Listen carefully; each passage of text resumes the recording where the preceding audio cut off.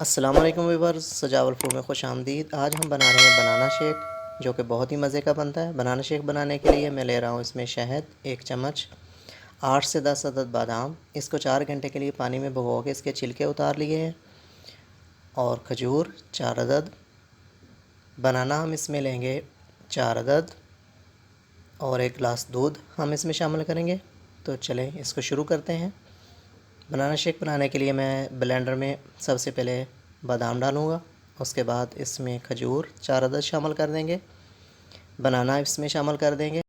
1 चम्मच हम इसमें शहद शामिल करेंगे।